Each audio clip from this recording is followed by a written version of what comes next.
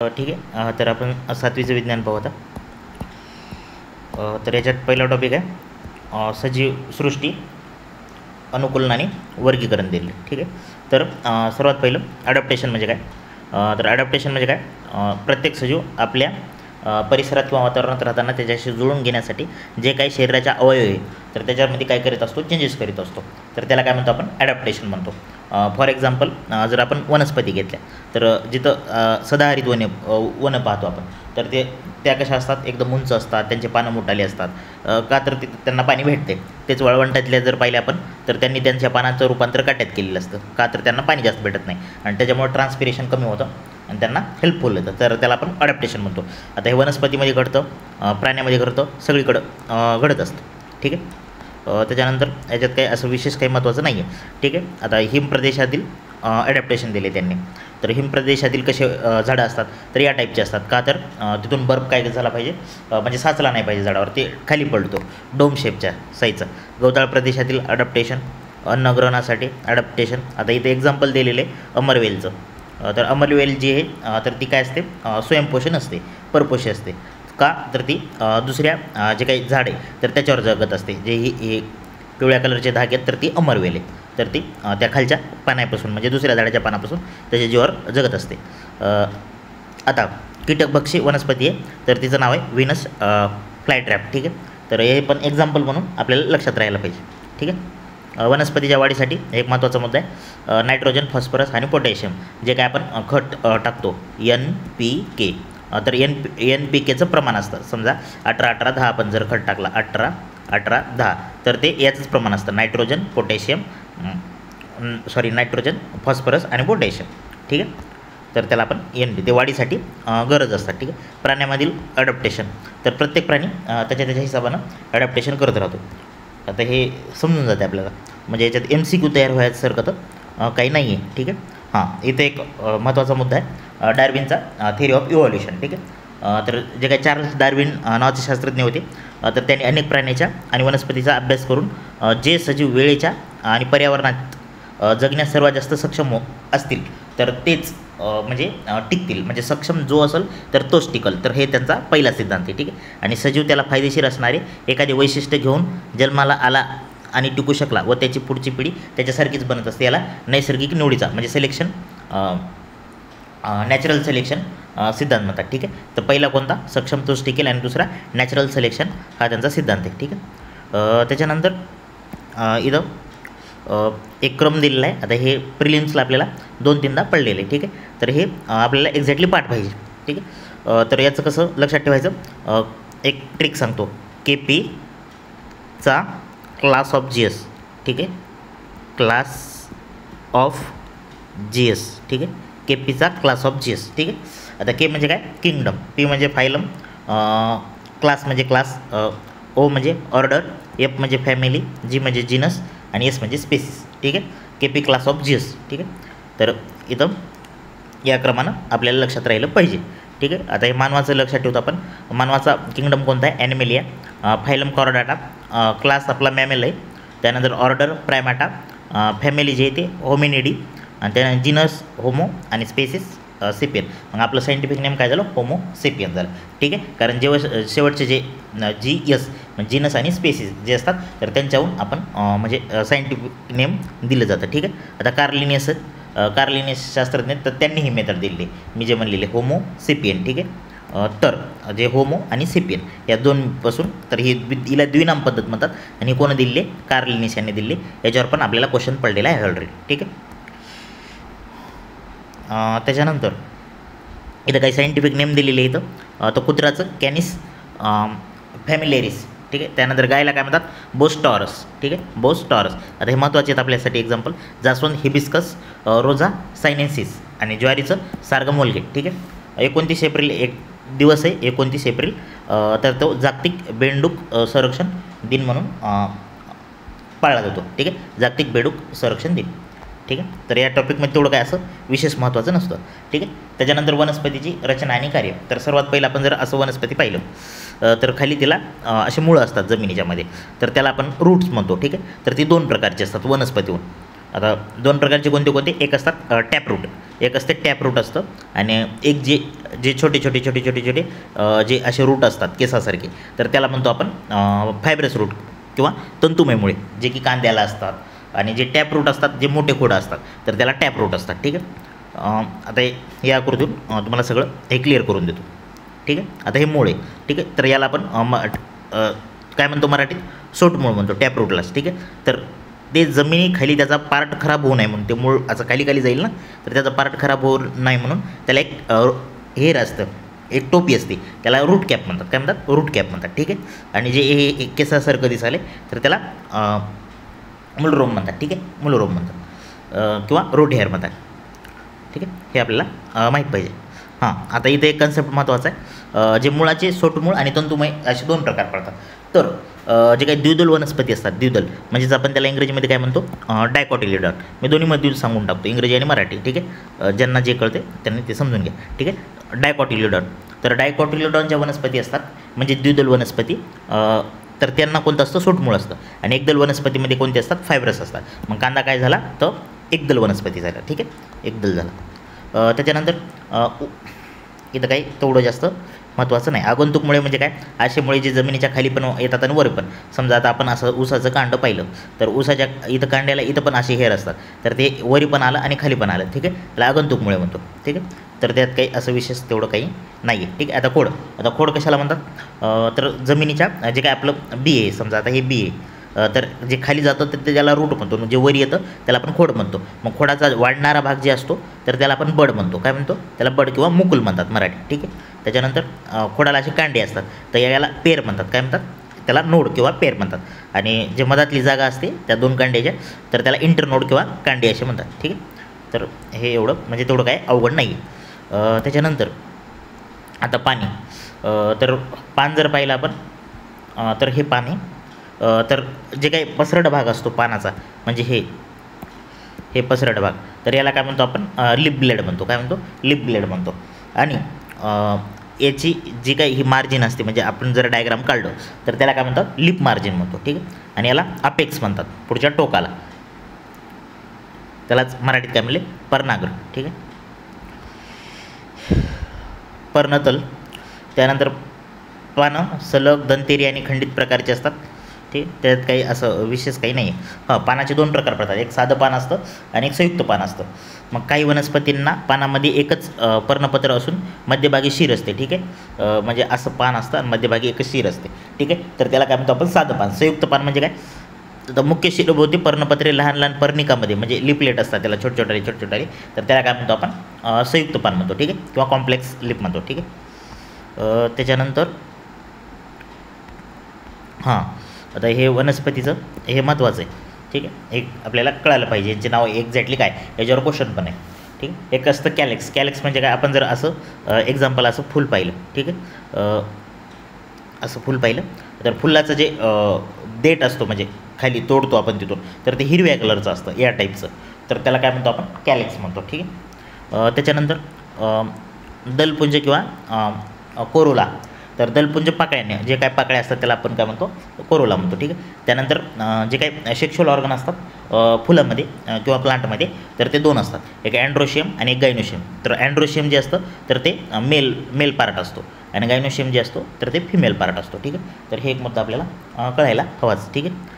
त्याच्यानंतर परागकोश पक्व झाल्यावर फुटतो, म्हणजे जे काय, आता हे परागकोश आहे. ठीक आहे. या टाईपचं, आता याच्या मार्फत ते होत असते. मग याच्यावर छोटे काय असतात, कण असतात. ठीक आहे. तर ते कण जे असतात तर ते कुक्षीवर पडतात जाऊन, म्हणजे याच्या मधात जाऊन पडतात, आणि याच्या मधातून जाऊन जर जेव्हा पडलं तर त्याचं फर्टिलायझेशन होत असतं, आणि त्यालाच आपण काय म्हणतो, पोलिनेशन म्हणतो किंवा परागीभवन म्हणतो. ठीक आहे. तर असं त्यांचं फर्टिलायझेशन होत असतं.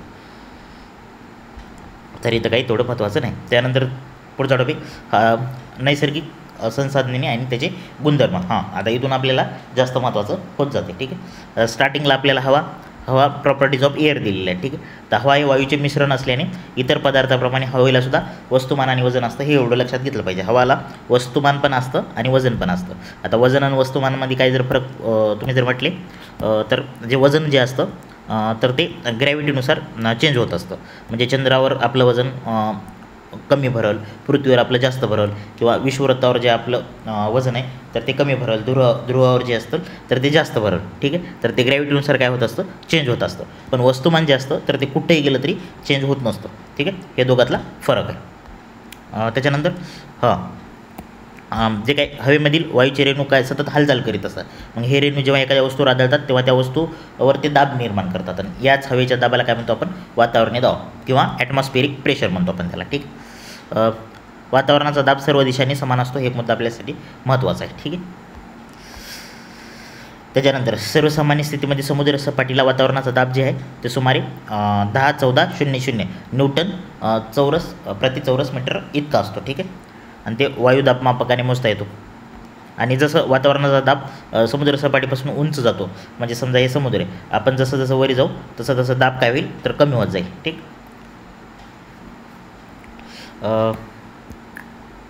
त्याच्यानंतर डॅनियल बर्नौली नावाचे एक शास्त्रज्ञ होते. ठीक आहे, त्यांनी 1726 साली एक तत्त्व मांडले. हवेचा वेग वाढला म्हणजे समजा स्पीड जर वाढत असेल, हवेची स्पीड जर काय होत असेल, जर वाढत असेल हवेची, तर तिचा काय दाब जे असतो तर ते प्रेशर कमी होतं. ठीक आहे, आणि स्पीड जर कमी होत असेल तर दाब हा वाढतो. ठीक आहे, वाईस वर्सा. हे एवढं आपल्याला एक डॅनियल बर्नौलीनं सांगितलेलं आहे. ठीक आहे, त्याच्यानंतर हवा हे वायू तसेच धूर बाष्प अतिसूक्ष्म कणाचे मिश्रण आहे. जेव्हा प्रकाशित हवेतील सूक्ष्म कणावर, म्हणजे आता हवेत असे छोटे छोटे कण असतात. ठीक आहे, तर त्यांच्यावर जेव्हा एखादा सूर्यप्रकाश पडतो तर सूर्यप्रकाश पडल्यावर त्याचं काय होतं, विकिरण होतं. ठीक आहे, म्हणजे पसरला जातो वेगवेगळ्या रूपात, तर त्यालाच आपण काय म्हणतो, स्कॅटरिंग ऑफ लाईट म्हणतो. ठीक आहे, स्कॅटरिंग ऑफ लाईट, तर हे त्याचं महत्त्वाचं आहे. त्यानंतर टेम्परेचर कंट्रोल, तर पृथ्वीला सूर्यापासून उष्णता मिळते. ही ऊर्जा पृथ्वीच्या उष्णतेच्या रूपात परत फेकते. ठीक आहे, म्हणजे पृथ्वी, आता एक कन्सेप्ट आहे भूगोलमध्ये आपण स्टडी करताना शिकतो, पृथ्वीची भूधवलता. ठीक आहे, तर भूधवलता काय असते, म्हणजे जी काय पृथ्वी एनर्जी घेते आणि जी बाहेर फेकते तर त्याला आपण काय म्हणतो, भूधवलता म्हणत असतो, जी काय 35% असते. ठीक आहे, तर तेच कन्सेप्ट आहे इथं. ऊर्जा पृथ्वीच्या उष्णतेच्या रूपात फेकते. पृथ्वीभोवती असलेल्या हवेतील बाष्प, कार्बन डायऑक्साईड यासारखे घटक उष्णतेचा भाग शोषून घेतात.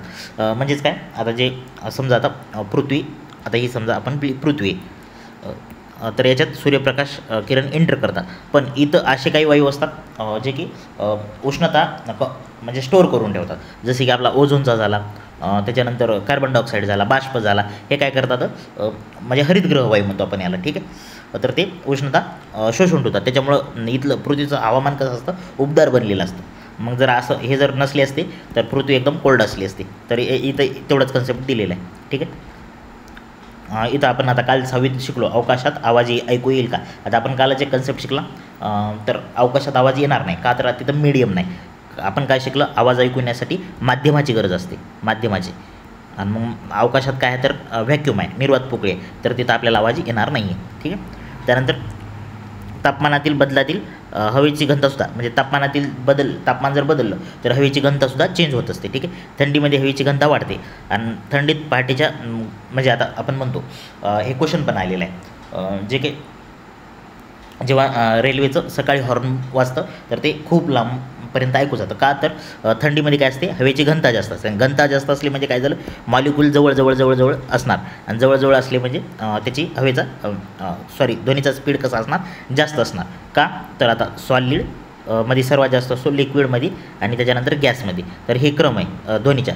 तर सगळ्यात जास्त स्पीड कशात असतो, सॉलिडमध्ये, त्यानंतर लिक्विडमध्ये, त्यानंतर गॅसमध्ये. का, तर सॉलिडमध्ये जे मॉलिक्यूल असतात ते एकदम जवळ असतात, लिक्विडमध्ये त्याच्यात थोडे जवळ असतात, आणि जे गॅसमध्ये एकदम दूर असतात. ठीक, त्याच्यामुळं हा क्रम पण लक्षात घेतला पाहिजे आपण. ठीक आहे, त्यानंतर पाण्याचे गुणधर्म. सामान्य तापमानाला पाणी कसं असतं, द्रव्य अवस्थेत असतं, हे सगळ्याला माहीत आहे. पाण्याला स्वतःचा आकार नाही, परंतु आकारमान असतं, म्हणजे आकार नसतो पण आकारमान असतो. का, तर आपण समजा तांब्यात पाणी टाकलं तर तो तांब्याचा आकार घेतो, घागरीत टाकलं तर घागरीचा आकार घेतो. ठीक आहे, त्याच्यानंतर पाण्याचा बर्फ होताना पाणी गोठते तेव्हा ते प्रसरण पावते आणि त्याच्या आकारमानात वाढ होते. त्याचं एकदम बेस्ट एक्झाम्पल, आपण जर तांब्यात जर फ्रीजरमध्ये ठेवला तर एखाद्या बार त्या तांब्याला म्हणजे टच भरून ठेवला तर चीर पडलेली असते. का, तर ते गोठून जातं पाणी आणि ते त्याचं आकारमान वाढतं. मग आकारमान वाढल्यानं ते काय होतं, त्याच्यात मावत नाही, त्याच्यामुळं तांब्याला चीर पडलेली असते. ठीक आहे, तर त्याच्यावरून हे कन्सेप्ट लक्षात राहून जातो की पाण्याचा बर्फ होताना पाणी गोठते तेव्हा तो कसं होतो, तो प्रसरण पावला जातो. ठीक आहे, आकारमानात वाढ होते. ठीक आहे, आता इथे याच्यावर राजेशिवाला क्वेश्चन पण पडलेला आहे प्रिलिम्सला, म्हणजे फॉर्म्युला. तर फॉर्म्युला माहीत पाहिजे आपल्याला. घनता म्हणजे काय, वस्तुमान भागिले आकारमान. म्हणजेच काय, वस्तुमानाला आपण काय म्हणतो, मास म्हणतो. काय म्हणतो, मास म्हणतो. आणि आकारमानाला आपण काय म्हणतो, व्हॅल्यूम म्हणतो. ठीक आहे. मास अपॉन व्हॅल्यूम हे डेन्सिटीचा फॉर्म्युला आहे. ठीक आहे. आणि युनिट जर म्हणलं, युनिट पण आपल्याला महत्त्वाचे आहेत, कारण एक एक युनिट ऑप्शनमध्ये चेंज करून देतात. तर घनतेचं युनिट काय, ग्रॅम पर सेंटीमीटर. ठीक आहे, ग्रॅम पर सेंटीमीटर. त्यानंतर पाण्याचं असंगत आचरण. आता जनरली काय असतं, पाणी जर आपण गरम केलं तर तो प्रसरण पावतं आणि थंड केलं तर आकुंचन पावत असतं. ठीक आहे. पण 0 ते 4 डिग्री सेल्सिअस दरम्यान, म्हणजे 0 ते 4 डिग्री सेल्सिअस दरम्यान ही प्रोसेस उलटी होते. म्हणजे पाणी जे असतं तर ते गरम केलं तर प्रसरण न पावता आकुंचन पावलं जातं. तर त्यालाच आपण काय म्हणतो, ॲनालॉगस बिहेवियर ऑफ वॉटर म्हणतो. ठीक आहे. पाण्याचं असंगत आचरण, बाकी इथं काही नाही. ठीक आहे. त्यानंतर मीठ पाण्यात विरघळलेल्या पेल्यातील घनता वाढली. ठीक आहे. म्हणजे समजा आपण एखाद्या पाण्यात मीठ जर टाकलं तर त्याची घनता वाढेल. मग घनता वाढल्यानं काय होईल, जे आलूची घनता जी समजा आता त्यांनी आलू टाकून टाकला आहे. ठीक आहे. तर ते आलू तरंगल. आता आपण म्हणतो ना मृत समुद्र, आता मृत समुद्र जे आहे तर त्याची घनता खूप जास्त आहे. का, तर त्याचं मिठाचं प्रमाण खूप जास्त आहे. मग म्हणतात ना तिथं असं पोहणा गेलं तरी आदर पोहतो माणूस. तर त्याचं हेच कारण आहे. का, तर आपली घनता त्यापेक्षा कमी होऊन जाते आणि मग आपण पोहायला लावतो. ठीक आहे. पाण्याची घनता जास्त होऊन जाते. ठीक आहे. त्यानंतर पाण्यात विरघळताना मिठाचे कण पाण्यात पसरतात. हळूहळू ते आणखी लहान शेवटी इतके दिसेनासे होतात. म्हणजे पाण्यात पूर्णपणे विरघळतात. त्यालाच आपण विरघळणे म्हणतो. ठीक आहे. आता त्याच्यानुसार त्याचे टाईप पडतात. एक असतं सोल्यूट, एक असतं सॉल्व्हंट आणि एक असतं सोल्युशन. ठीक आहे. आता सोल्यूट म्हणजे काय, द्रव्य म्हणजे काय, जे पदार्थ कडक असतो. समजा आता पाणी काय सॉल्व्हंट आहे. ठीक आहे. समजा आता हे बीकर आहे. ठीक आहे. तर याच्यात पाणी टाकलं आपण तर हे सॉल्व्हंट झालं. ठीक आहे. तर याच्यात आपण मीठ ॲड केलं. ठीक आहे. साल्ट ॲड केलं तर ते काय झालं, सोल्यूट झालं. आणि ते मीठ पूर्णपणे विरघळलं तर त्याला आपण काय म्हणतो, सोल्युशन म्हणतो. तर त्याच्यानुसार त्याचे 2 टाईप पडतात. ठीक आहे. तर एक असतं होमोलॉगस. कोणतं असतं, होमोलॉगस. एक असतं होमोलॉगस. आता हे पुढच्या येतेमध्ये असेल किंवा पुढे असेल, मी थोडं पुढचं सांगतो. ठीक आहे. एक कंदिरीत आपल्याला माहीत राहावं. ठीक आहे. एक असतं होमोलॉगस आणि एक असतं हेटेरोलॉगस. आता होमोलॉगस म्हणजे काय, समजा आपण पाण्यात मीठ टाकलं तर ते पूर्णपणे विरघळून गेलं तर त्याला आपण काय म्हणतो, होमोलॉगस म्हणतो. पण पाण्यात जर आपण वाळू टाकली, ठीक आहे, काय टाकली, वाळू टाकली तर ते मिक्स झालं का, तर बिलकुल नाही झालं, तर त्याला आपण काय म्हणतो, हेटेरोजिनियस सोल्युशन. ठीक आहे. ठीक आहे. मग इथं दुसरं काही दिलं नाही.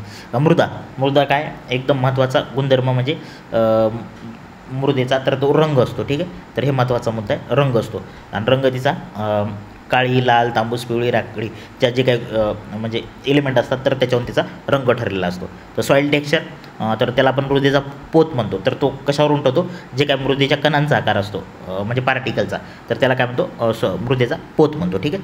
तर त्याच्यानुसार रेताड मृदा, पोयटा मृदा आणि चिकणमाती मृदा. जर मोठाले वाळूचे कण असतील मृदेमध्ये तर त्याला आपण काय म्हणतो, रेताड म्हणतो. ठीक आहे. आणि मग आपल्याला कळून जातं ते जास्त वाळूचे कणत म्हणजे त्याच्यात जर आपण पाणी टाकलं तर त्याचा एकदम निचरा होईल. मग ते वाळूचे कण कशाचे असतात, सिलिकॉन डायऑक्साईडचे असतात. ठीक आहे. मग पाण्यात न विरघळले असल्यामुळे मृदा जे काय जे काय न्यूट्रियन्स असतात तर ते व्यवस्थित नसतात तिच्यात. ठीक आहे. म्हणजे कमी असतात. त्यानंतर स्लिट्स सॉईल किंवा पोयटा सॉईल म्हणतो आपण त्याला, पोयटा मृदा. तर हिचा मध्यम आकाराचे कण असतात. मग ही मशागत करत म्हणजे वरची जी रेताड मृदा असते तर ती सोपी राहते मशागतीला फक्त. ठीक आहे. बाकी ती बॅड असते. मग पोयटा जी असते तर तेवढी सोपी नसते. ठीक आहे. हिलाच गाळाची मृदा पण म्हणतात. आणि त्यानंतर चिकणमाती. ठीक आहे. हे एकदम सुपीक असते, पाणी धरून ठेवण्याची क्षमता हिची जास्त असते आणि जे मातीचे कण जे असतात तर ते एकदम छोटे असतात. ठीक आहे. त्यानंतर मृदेची रचना. आता मृदेची रचना तर याच्यात काही नाही, स्तरीय वगैरे दिलेले. मुळांना पुरेसा ऑक्सिजनचा पुरवठा होतो. मृदा रचनेचे महत्त्व आणि चांगल्या पाण्याचा म्हणजे निचरा चांगला होतो. त्यामुळे वनस्पतींना जे काही न्यूट्रियंट्स लागतात तर ते प्रोव्हाइड केले जातात. मृदेचे उपयोग, मग वनस्पती संवर्धनासाठी, जलसंधारणासाठी, आकार्यता म्हणजे मृदेला हवा तसा आकार देता येतो. त्याच्यापासून आपण विटा, भांडे वगैरे असं काही पण बनवू शकतो. ठीक आहे. चिनी माती तर केओलिन ही पांढऱ्या रंगाची असते चिनी माती. मग त्याच्यापासून आपण जे काही कबशा वगैरे, कप वगैरे बनवले जातात. त्यानंतर शाडूची मृदा जी मूर्ती बनवण्यासाठी काम केली जाते. आता हे लक्षात ठेवून जा टाका, शाडूची मृदा मूर्ती बनवण्यासाठी यूज केली जाते. त्यानंतर टेराकोटा कुंड्या वगैरे सजावटीच्या वस्तूसाठी वापरली जाते. जी मुलतानी असते तर ती सौंदर्य प्राप्तीसाठी वापरली जाते. आता चिनी माती जी आहे तर ते केओलिनाईट नावाचं एक खनिज आहे जे की आपल्याला चायनामध्ये सापडतं.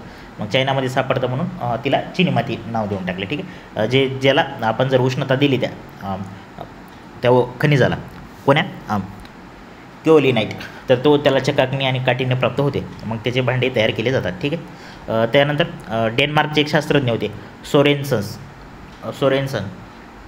ठीक आहे. तर त्यांनी की नाही हायड्रोजन आयनचे म्हणजे जे काही कॉन्सन्ट्रेशन ऑफ हायड्रोजन असतं एखाद्या पदार्थामध्ये, तर त्याच्याहून pH म्हणजे pH जे आपण काढतो तर त्याची संकल्पना मांडली.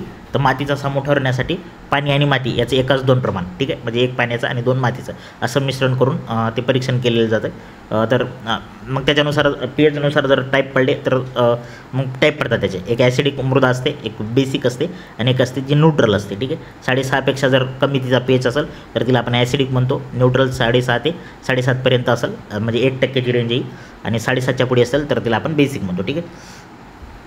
हां, मृदेची सुपीकता कमी होण्याची कारणं आता याच्यावर आपल्याला क्वेश्चन पण पडलेलं आहे. ठीक आहे. तर मृदेचा जे काही समूह आहे तर ते जर 6पेक्षा जर कमी झाला म्हणजे एकदम ॲसिडिक किंवा झाली किंवा एकदम बेसिक झाली, ठीक आहे, तर तेव्हा मृदेचा समूह बिघडला तर ती सुपीकता कमी होते. सेंद्रिय पदार्थाचं प्रमाण, जमिनीत पाण्याचा निचरा न होणे, सारखं एकच पीक घेणं, ठीक आहे, तर त्याच्यामुळे ते बिघडून जातं. ठीक आहे. जागतिक मृदा दिन तर 5 डिसेंबर हा आहे. ठीक आहे. मृदा संवर्धन दिन प्रयत्न करणे हे त्याचं गोल आहे. ठीक आहे. मृदा संवर्धन करणे. ठीक आहे. जागतिक मृदा दिन 5 डिसेंबर. ठीक आहे. 5 डिसेंबर. त्याच्यानंतर सजीवातील पोषण. तर पोषण जे तर ते पचन, सात्मीकरण, त्यालाच आपण ॲसिमिलेशन म्हणतो. तर इथं काही दिलेलं आहे सांगतो, ते खाली येतेच आपल्याला, मुद्दा सिरियल नच येतात. ठीक आहे. तर इथं घेऊ पुढचा टॉपिक सजीवातील पोषण. तर पोषक द्रव्ये शरीरातील घेऊन आपण त्याचा वापर करण्याच्या सजीवाच्या प्रक्रियेला म्हणजे काय आपल्याला न्यूट्रिएंट्स भेटतात तर त्याचा यूज करतो, तर त्याला आपण काय म्हणतो न्यूट्रिशन म्हणतो. ठीक आहे. तर पोषणाची गरज आपल्याला ऊर्जाला भेटते, शरीराची वाढ होते, पेशी झीज भरून काढणे, रोगापासून वाचवणे. मग ते 2 टाईपचं असतं, एक असतं ॲटोट्रॉपिक आणि एक असतं हेट्रोट्रॉपिक. ॲटोट्रॉपिक म्हणजे काय, म्हणजे वनस्पती जे स्वतःचं अन्न स्वतः तयार करतात त्याला आपण काय म्हणतो ॲटोट्रॉपिक. आणि हेट्रोट्रॉपिक म्हणजे काय, आपल्यासारखं जे दुसऱ्यावर वनस्पती किंवा प्राण्यावर डिपेंड असतात. ठीक आहे. त्यानंतर पोषक द्रव्याचे 2 गटात वर्गीकरण केले जाते. एक असते मायक्रोन्यूट्रिएंट आणि एक असतं मायक्रो. एक असतं मॅक्रो म्हणजे जास्त प्रमाणात लागणारे आणि मायक्रो म्हणजे कमी प्रमाणात लागणारे. ठीक आहे. तर आपल्याला कार्बोदके, प्रथिने आणि स्निग्ध पदार्थ जे असतात तर ते आपल्याला जास्त प्रमाणात लागत असतात. तेच खनिजे, क्षार किंवा विटॅमिन जे असतात तर ते आपल्याला एकदम कमी प्रमाणात लागत असतात. ठीक आहे. आता पाहू आपण ते 2 टाईप पाहिले ना, एक ॲटोट्रॉपिक आणि हेट्रोट्रॉपिक. तर ॲटोट्रॉपिक प्लांट्स जे असतात तर ते काय करतात, कार्बन डायऑक्साईड म्हणजे CO2, ठीक आहे, CO2 घेतात आणि त्यांच्यात पानात असते क्लोरोफिल. आपण 6वीला पाहिले. ठीक आहे. तर क्लोरोफिल आणि सूर्यप्रकाशाच्या सहाय्याने काय करतात, पानामध्ये अन्न तयार करतात. तर यालाच आपण फोटोसिंथेसिस म्हणतो. ठीक आहे. तर आता ती रिॲक्शन आपल्याला पाठ पाहिजे. कार्बन डायऑक्साईड 6CO2, ठीक आहे, प्लस त्यांनी काय घेतलं, पाणी घेतलं 6H2O. हे दोघं मिळून 6CO2 आणि 6H2O हे दोन्ही मिळून मग त्यांना काय भेटतं, ऊर्जा भेटते, प्रकाश ऊर्जा, आणि त्याच्यात काय असतं, क्लोरोफिल असतं. मग याच्यामार्फत काय तयार केलं जातं, एक ग्लुकोजचा मॉलिक्यूल तयार केला जातो, C6H12O6. ठीक आहे. म्हणजेच याला अन्न म्हणतो आपण. ठीक आहे. आणि मग बाहेर काय फेकलं जातं, 6O2 बाहेर फेकलं जातं. म्हणजेच म्हणतो आपण वनस्पतीने काय केला, कार्बन डायऑक्साईड घेतला आणि ऑक्सिजन काय केला, बाहेर सोडला, आणि या दोघांचं मिळून काय तयार केलं तर ग्लुकोजचा मॉलिक्यूल म्हणजेच अन्न तयार केलं. ठीक आहे. वनस्पती प्रकाश ऊर्जेचे रूपांतर रासायनिक ऊर्जेत करते. आपण 6वीला हे पण बघलं, ऊर्जा ही एका रूपातून दुसऱ्या रूपात करत तिथं झालं बघा. प्रकाश ऊर्जेचं रूपांतर कशात झालं, रासायनिक ऊर्जेत झालं. ठीक आहे. त्यानंतर मूळ जे असतात तर त्याच्यापासून मग तिला पाणी, क्षार, खनिजे वगैरे भेटत असतं. ठीक आहे. आणि मग ते जे पानं असतात तर पानावर असे छोटे छिद्र राहतात तर त्याला आपण स्टोमॅटो म्हणतो. मग स्टोमॅटोमार्फत ते काय केलं जातं तर ते CO2 घेतला जातो. ठीक आहे. तर हे पण महत्त्वाचं आहे. त्याच्यानंतर वनस्पतीतील वहन व्यवस्था म्हणजे आता जे काही अन्न असतं म्हणजे आता त्यांना उत्सर्जन संस्था वगैरे काही नसतं.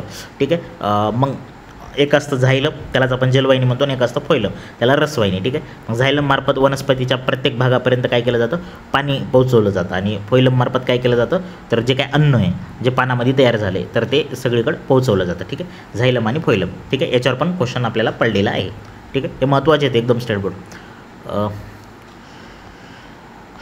त्याच्यानंतर हां, आता कार्बोदकेमध्ये CHO, आता मी तुम्हाला हे 6वीला सांगितलेलं आहे, ठीक आहे. कार्बोदकेमध्ये काय असतं, कार्बन, हायड्रोजन आणि ऑक्सिजन असतं आणि तेच आपण प्रोटीन म्हणलं तर त्यात काय ॲड करायचा, नायट्रोजन ॲड करायचा, ठीक आहे.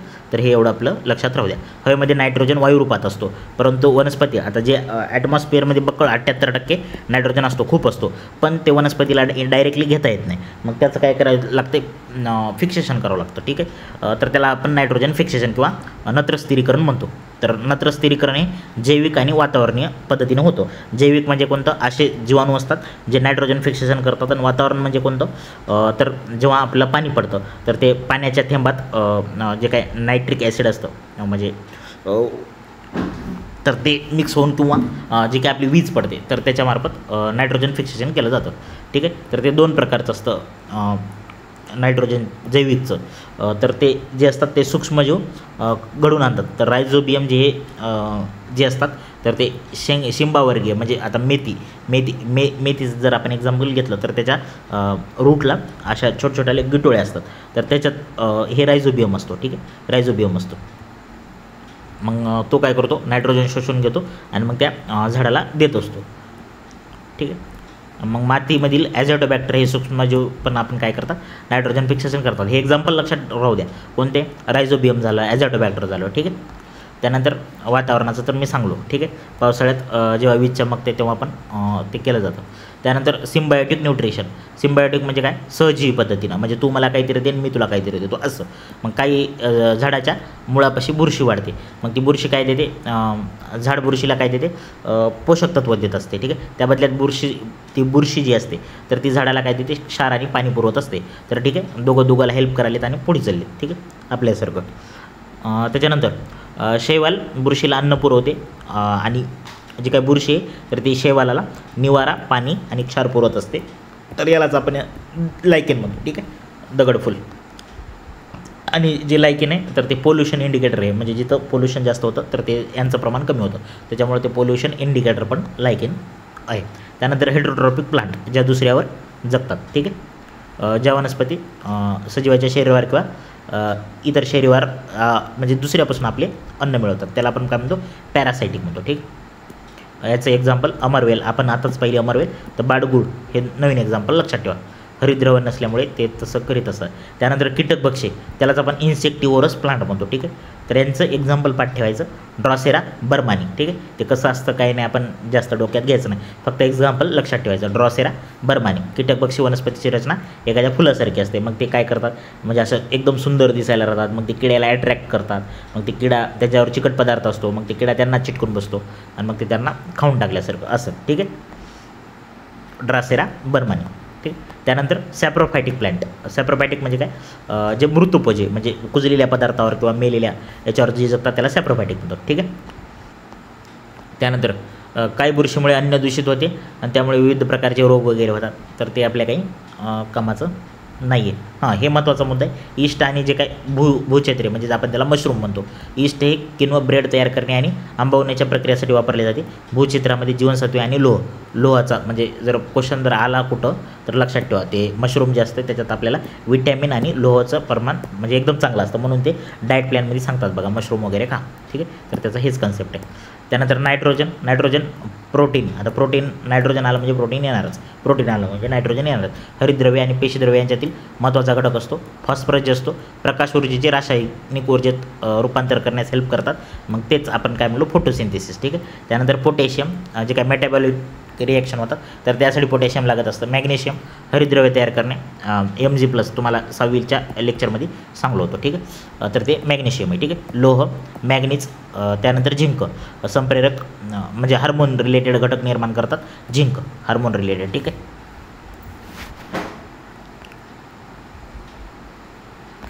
त्याच्यानंतर आता हे क्रमवर क्वेश्चन पडलेला आहे आपल्याला एकदा, की याचा क्रम लावा म्हणून, ठीक आहे. तर पहिल्यांदा आपण अन्न ग्रहण करतो, त्याच्यानंतर ते आपल्याला पचन होतं, त्याच्यानंतर त्याचं शोषण केलं जातं, त्यानंतर त्याचं साठणीकरण आणि त्याच्यानंतर त्याचं उत्सर्जन केलं जातं, ठीक आहे.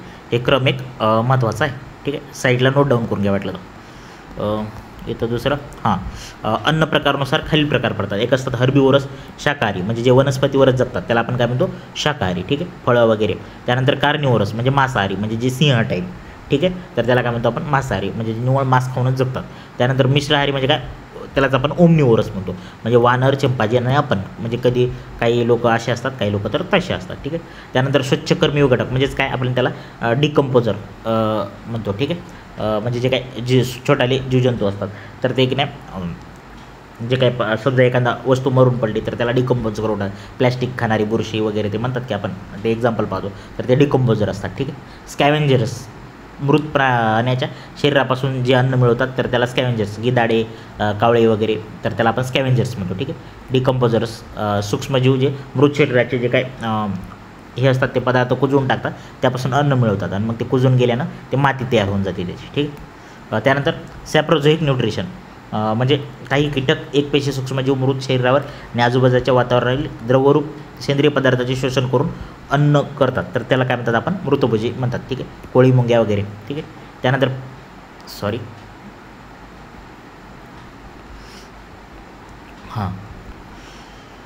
त्यानंतर इतर प्राण्याच्या शरीरातील पृष्ठभागावर राहून त्याचे रक्तशोषण, त्याद्वारे अन्न प्राप्त करण्याच्या पद्धतीला बाह्य परजीवी पोषण म्हणतात. ठीक आहे. म्हणजेच काय, दुसऱ्या प्राण्याच्या शरीरावर राहतात आणि त्याच्यापासून ते काय करतात, अन्न तयार करतात, तर त्याला काय म्हणतो आपण, बाह्य परजीवी पोषण. म्हणजे एक्टो पॅरासायटिक, जसे की उवा असतात, म्हणजे आपल्या शरीरावर राहतात आणि ते आपलं रक्त पिऊन जगत असतात, गोचिक, डेकून वगैरे. ठीक आहे. त्यानंतर एंडो पॅरासायटिक म्हणजे काय, डायरेक्ट आपण ते सूक्ष्मजीव पाहतो जे आपल्या फायदेमंद राहतात, डायरेक्ट आपल्या शरीरातच जातात, गोलकृमी वगैरे, आणि मग ते डायरेक्ट मधात जाऊन घेतात, तर त्याला काय म्हणतो आपण, तर एंडो पॅरासायटिक न्यूट्रिशन म्हणतो.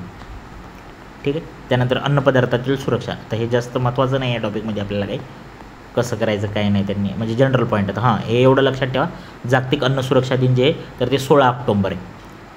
ठीक आहे. जागतिक अन्न सुरक्षा दिन 16 ऑक्टोंबर. त्याच्यानंतर अन्न आणि औषध प्रशासन, अन्न औषध यांचे प्रमाणीकरण म्हणजे बरोबर करण्यासाठी, निर्मिती आणि वाटप याच्यावर कंट्रोल ठेवण्यासाठी एक शासकीय यंत्रणा आहे. तर अन्न सुरक्षितता आणि मानांकने कायदा 2006चा आहे. कच्च्या अन्न सुरक्षता आणि मानांकने त्याच्यासाठी तो ॲक्ट कच्चा आहे, 2006चा आहे. मग त्याच्यानुसार की नाही एक संस्थेची स्थापना केली, फसाई नावाची, भारतीय अन्न सुरक्षता मानांकन प्राधिकरण, त्यालाच आपण फसाई म्हणतो. ठीक आहे. हे एक महत्त्वाचा मुद्दा होता इथं. मग अन्न संरक्षण करण्याच्या पद्धती, मग ते कळतं आपल्याला, फ्रीजमध्ये ठेवणं, धुरीकरण करणं, म्हणजेच काय, धूर देऊन अन्न संरक्षण केले जाते, यासाठी ॲल्युमिनियम फॉस्फाईडचा यूज केला जातो. कीटकनाशक वापरणं वगैरे, किरणे. आता पाश्चरायझेशन मेथड आपल्यासाठी महत्त्वाची, कारण ती दुधाला वापरतात. या पद्धतीचे दूध आणि जे काही दुधाचे सारखे पदार्थ असतात तर विशिष्ट टेम्परेचरला काय करतात, समजा आता दूध घेतलं आपण 80 डिग्री सेल्सिअसपर्यंत एकदम 15 मिनटं तापवलं जातं आणि नंतर काय करतात, एक्स्ट्रीमली लेवलला त्याला थंड करून टाकलं जातं. मग त्या दुधातील सूक्ष्मजीवाचा नाश होतो आणि मग ते जे काही दूध असतं तर ते जास्त वेळ टिकलं जातं. ठीक. महाराष्ट्रात लासलगाव येथे कांदे, लासलगावचा कांदा फेमस आहे, एवढं लक्षात ठेवा. आणि बटाटे यावर नवी मुंबई येथे मसाल्याच्या पदार्थाचे आणि किरणीय करणारी संयंत्रणे असलेली केंद्रे उभारली, ते काय आपल्या तेवढं असं जास्त कामाचं नाही आहे. ठीक आहे. आपण पाहिलं होतं भेसळमध्ये दुधात पाणी वगैरे ते कळून जातं आपल्याला, मिरचीत विटीची बुकटी. इथं हळद पावडरमध्ये मेटॅलिक येलो लक्षात ठेवा, आणि रव्यामध्ये लोहकण मिक्स करतात ते लोक. ठीक आहे. भेसळ करणारे. 1954मध्ये एक बिल आलं होतं लोकसभेमध्ये, अन्न भेसळ प्रतिबंध कायदा संमत केला मग ते, आणि यामध्ये वेळोवेळी सुधारणा करून 1976मध्ये या तरतुदीनुसार पदार्थातील भेसळ करणाऱ्या जन्मठेपेची तरतूद करण्यात आली. ठीक आहे. 1976ला. ठीक आहे.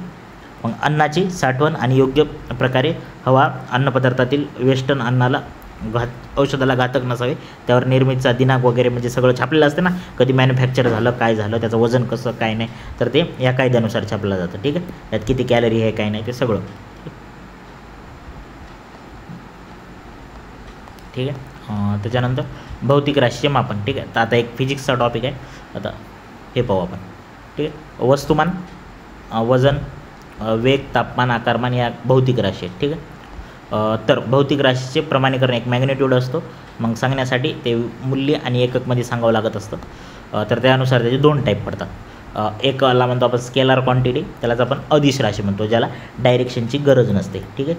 आणि एक असतं व्हेक्टर क्वांटिटी, ज्याला डायरेक्शनची गरज असते. ठीक आहे. तर या 2 पॉईंटूनच ते कळून जातं आपल्याला. ठीक आहे. आता लांबी किती लांबी काय नाही, कोण्या दिशेला लांबी तर नसते, त्याला काय रुंदी पण नसते, क्षेत्रफळ नसते. वस्तुमान, आता कोण्या दिशेला वस्तुमान, तापमान, घनता, कालावधी.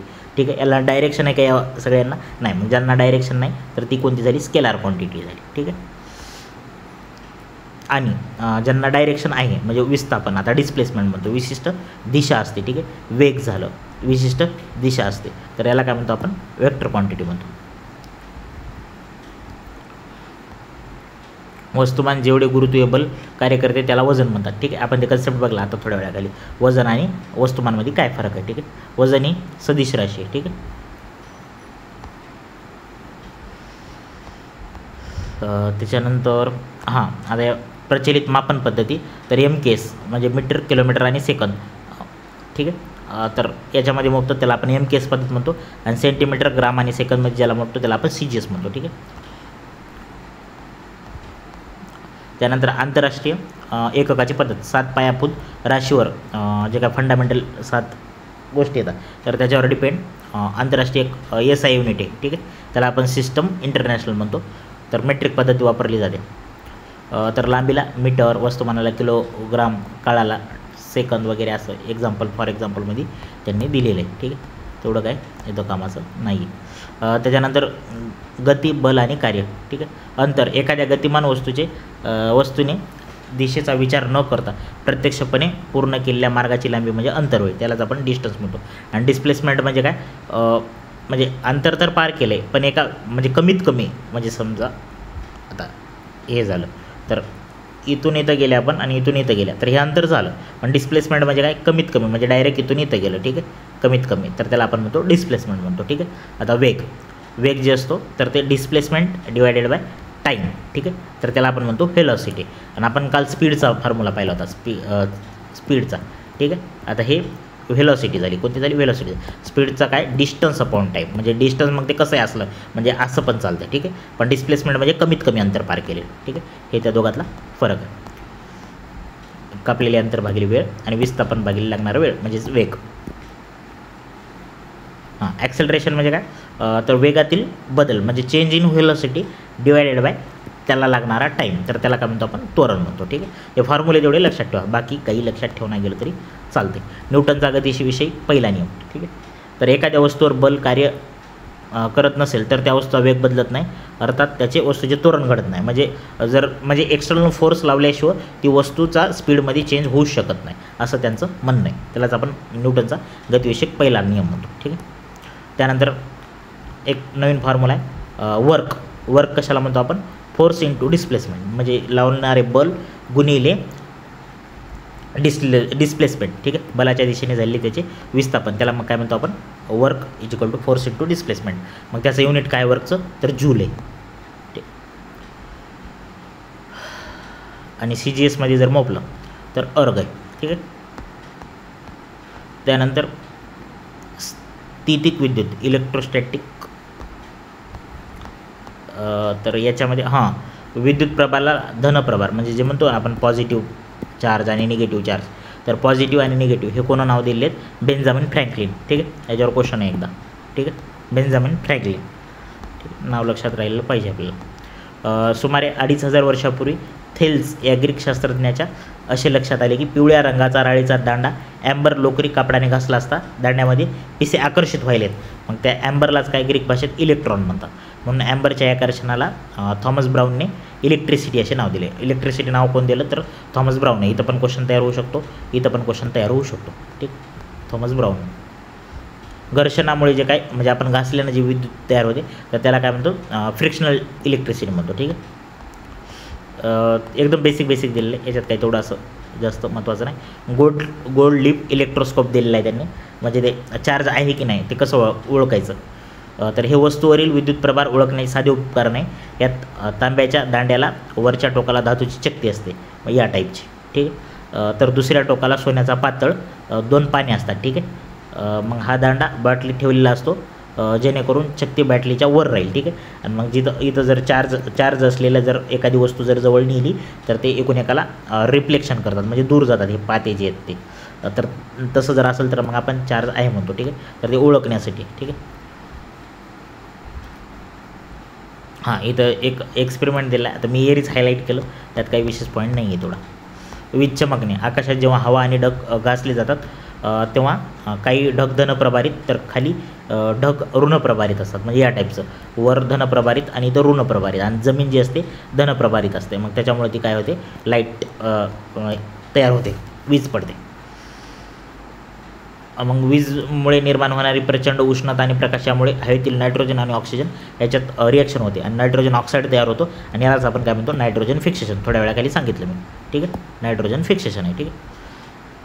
आणि मग तेच आपल्याला जमिनीला नायट्रोजन पुरवला जातो. आणि विजेच्या ऊर्जेमुळे ऑक्सिजनचे ओझोनमध्ये रूपांतर होते, म्हणजे 2 कामं आलीत, वीज तयार झाली नाही. एक तर ओझोनचा O3 आपण हे पण काल केलं आहे आपल्याला, ठीक आहे, आणि एक काय व्हायले, नायट्रोजन फिक्सेशनवाले, म्हणजे हे 2 कामं विजेची चांगली आहेत. उष्णता, जेव्हा आपण गरम वस्तू थंड वस्तूच्या सानिध्यात नेतो तेव्हा थंड वस्तू गरम होते आणि गरम वस्तू थंड होते, ते आपल्याला कळून जातं. उगाच मी काहीतरी हायलाईट केले. आणि समजा आता इथं असा लोखंडाचा, इथं जर आपण उष्णता दिली तर हळूहळू या साईडला ते तापत जातं, ठीक आहे, हे कळून जातं, आपल्याला वाचायची गरज नाही.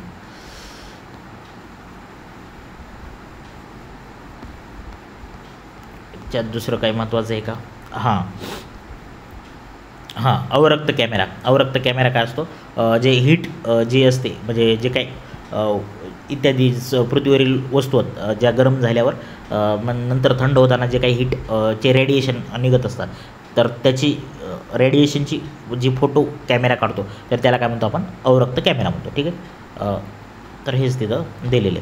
उष्णतेचे प्रारण होत असताना प्रारणे जेव्हा एखाद्या वस्तूवर पडतात त्या उष्णतेचा काही भाग वस्तूकडून शोषला जातो, तर काही भाग परावर्तित केला जातो. एखाद्या उष्णतेची पदार्थाची उष्णतेची प्रारणे शोषून घेण्याची क्षमता ही त्याच्या रंगावर पण अवलंबून असते, ठीक आहे, हे पण महत्त्वाचा मुद्दा आहे.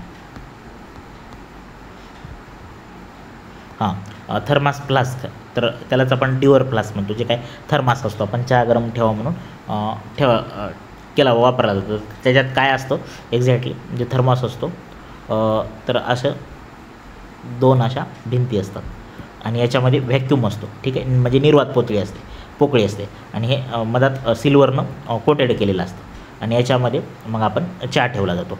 यानं काय होतं, म्हणजे वातावरणाशी जास्त बाहेरल्या संबंध येत नाही. मग त्याच्यामुळं काय होतं, तर ते जे एखादी थंड वस्तू थंडच राहते आणि गरम वस्तू त्याच्यात काय असते, गरमच राहते, ठीक आहे. तर त्यासाठी त्याचा यूज केला जातो. त्याच्यात काय, त्याला आपल्याला क्वेश्चन पडायसारखं त्यात काही नाही. त्यानंतर आपत्ती व्यवस्थापन, 6 ऑगस्ट, या डेटवर क्वेश्चन पडलेला आहे म्हणून हे लक्षात ठेवायचं. 6 ऑगस्ट 2010ला अशी ढगफुटी लडाखमध्ये लेह झाली, ठीक आहे. तर हेच ऑप्शनमध्ये होतं, ठीक आहे, त्याच्यामुळे हे एक्झॅक्टली डेट पाहिजे, ठीक आहे, 6 ऑगस्ट 2010, ठीक आहे. आणि 26 जुलै 2005ला मुंबईमध्ये ढगफुटीची घटना झाली, ठीक आहे. 8-10 तास पाणी पडलं होतं आणि 950 म्हणजे 1000 मिलीमीटर इतकं पाणी पडलं होतं. 37 इंच मुंबई पूर्ण जलमय होऊन गेली ती, ठीक आहे. 2005ची घटना आहे. त्यानंतर भारत सरकारने राष्ट्रीय पूर आयोगाची स्थापना केली 1976ला, ठीक आहे, हे पण महत्त्वाचा मुद्दा आहे. 1976 पूर आयोगाची स्थापना, ठीक आहे. ज्या काही अवकाशात विजा चमकतात तर त्या 95% अवकाशात राहतात, फक्त 5% जमिनीवर येत असतात, ठीक आहे. आणि वातावरणात दर सेकंदाला 40 विजा चमकत असतात. मग ते दिलेलं आहे, वीज चमकल्यावर मैदानात उभं राहायचं ना, असं मोकळ्या जागी असं तसं, बाकी कसं 15 फूट अंतर मेंटेन करायचं, याच्यात काही थोडं विशेष गोष्ट नाही आहे, ठीक आहे. महासागराच्या तळाशी होणारा, समजा आता हे समुद्र आहे आणि इथं जर भूकंप झाला तर हे पाणी उसळेल आणि उसळलेलं पाणी हे जमिनीवर येईल, मग त्यालाच आपण काय म्हणतो, सुनामी म्हणतो, ठीक आहे. सुनामी म्हणतो, जपानी भाषेत शब्द आहे आणि एकदा याचा क्वेश्चन पडला होता. तर सुनामीचा अर्थ काय, तर बंदर लाट अर्थ होतो, ठीक आहे. इथं काय दिले, सुनामी याचा अर्थ किनाऱ्यावर येऊन धडकणारी पाण्याची मोठी लाट, तर हे लक्षात ठेवा, बंदर लाट, ठीक आहे. ते PYQ आहे आपला. संयुक्त राष्ट्र संघाने एक स्थायी स्वरूपाची आंतरराष्ट्रीय संस्था UNDP 1965 साली स्थापन केली. जगभरात सुमारे 177 देश या संघटनेचे सदस्य आहेत. 13 ऑक्टोबर आंतरराष्ट्रीय नैसर्गिक आपत्ती प्रतिबंध दिन आहे, ठीक आहे. आता इथपर्यंत झालं आपलं पार्ट 1. तर पार्ट 2मध्ये आपण राहिलेला पार्ट आपण इयत्ता 7वीचा पाहून घेऊ, ठीक आहे. Thank you so much.